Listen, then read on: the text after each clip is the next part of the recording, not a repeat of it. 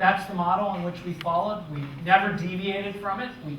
We modified it, we changed it slightly, but we never deviated from all those components that I took you through.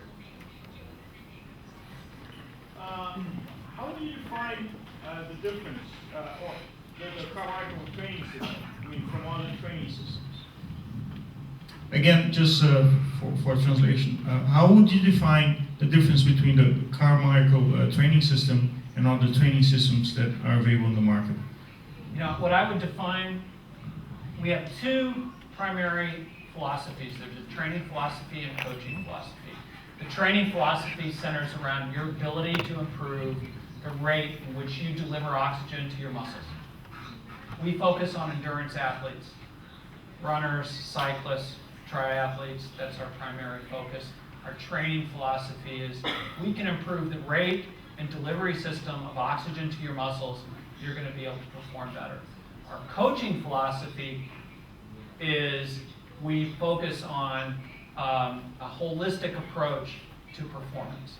We look at obviously fitness, we look at nutrition, we look at that relationships the athlete has, we look at health in their lives. Look at and stress isn't necessarily a bad thing. Stress can be utilized effectively to push the athlete to perform better. To inspire your athlete, because that inspiration is what ultimately allows them to stay motivated. Motivation comes from the athlete, but inspiring your athlete is part of coaching. You can't, motivation, I never had to motivate Lance. At the elite level, how do you motivate, no elite I would say even age group athletes, motivation's there. If you're an athlete, it's kind of there. It's already inherent within it. But you have different philosophies, one for training, one for coaching. For cycling, when you think about it, Lifting weights. At the beginning of the year, of the season, how you work on lift weight?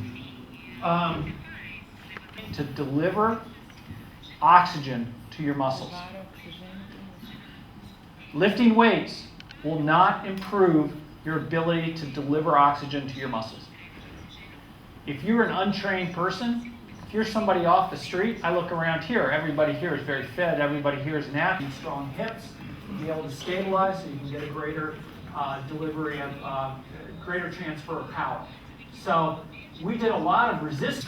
José Azevedo, Tyler Hamilton, e quando o Tyler Hamilton saiu da equipe, ele não conseguiu as mesmas conquistas que ele teve carregando o Lance Armstrong, principalmente para o Lance Armstrong iria fazer a diferença, mas após aprenderem com você, Tyler, a lot of the top athletes that were with Lance and U.S. Postal Service and Discovery would be solicited after a while to go out and to be the leader of a team. We'll use Tyler Hamilton as an example. Was left U.S. Postal Service for the CSC team of Yarny Reese. Tyler was a very good cyclist. Very good cyclist. And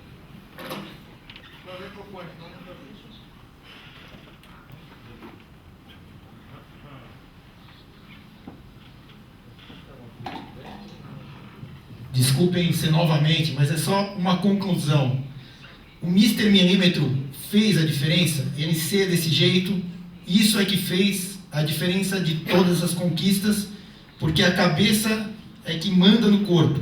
Então ele ser tão focado, a gente pode até concluir, você sendo o treinador dele, que isso fez a diferença.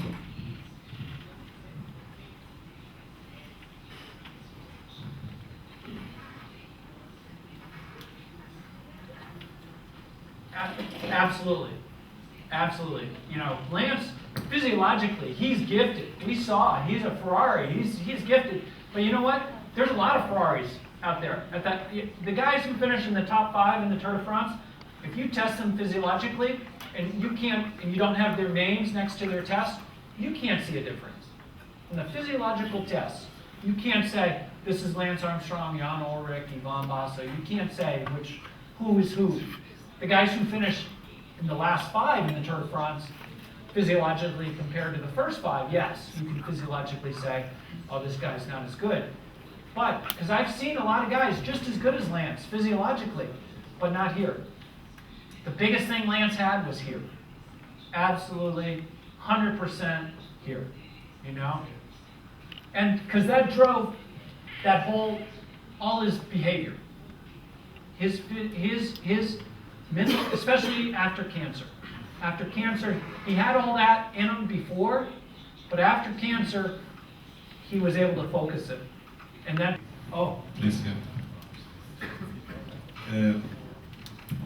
Tem ditado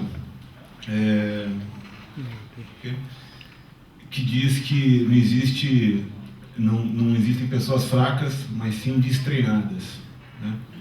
Queria saber a sua opinião sobre quão verdadeiro é esse ditado. Então, das importâncias da genética, né, do esportista e do treinamento no resultado final desse atleta, desse esportista.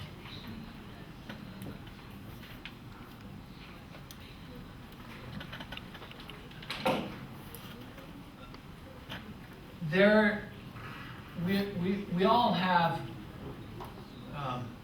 genetic limitations, you know. I've never seen anybody reach them. How do you know when you reach it? Anybody in here? You know, how do you know when you reach it? Lance, how do you know? He's got a genetic limitation. How do I know? Every year we got better. He got better every year. The percentage got a lot smaller. You know, I mean, when do you know? I mean, you're going to train, and a lot of your limiting factors, when I look around the room here, we probably all have full-time jobs, families, careers, and your limiting factor isn't going to be that you reached your genetic ceiling. You know, it's going to be the fact that, hey, you know, I've got to go put a magazine together, I've got to go do, you know, I only have this much. So now take that to the elite, the professional level of cycling, or any professional sport. It's all the same, you know, take it to the highest level.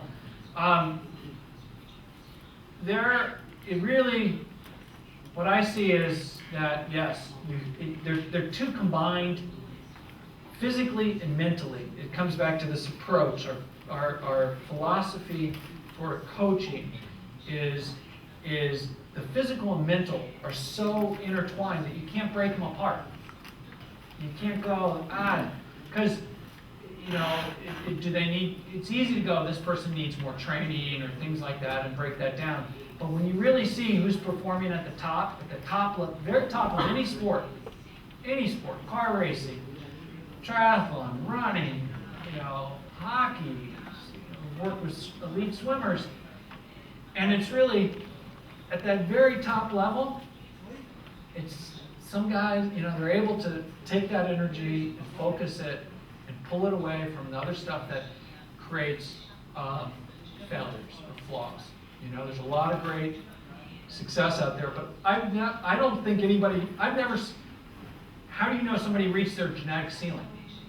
How do you measure that? Well, how do you know what that ceiling is? It's, you know, so you can always make improvements. Lance was really struggling with cancer survivorship issues. He was struggling in the beginning. He was struggling with, why me? 24 years old, I just won the professional world title and beat Miguel Indurain, you know, by 18 seconds. Youngest guy ever to win the world professional title road race at 21 years old.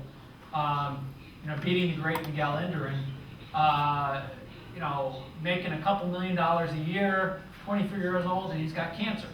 You know, he was struggling. Why me? Why didn't I die? Why didn't I? All these types of things. He wasn't saying that out loud, but his actions in how he was approaching cycling as he was first coming back was not healthy, in my view. Mentally not healthy.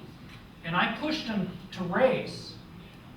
I pushed him hard to race. And the reason why is because he, you know, I felt like that was the only way he was going to get his mental health back.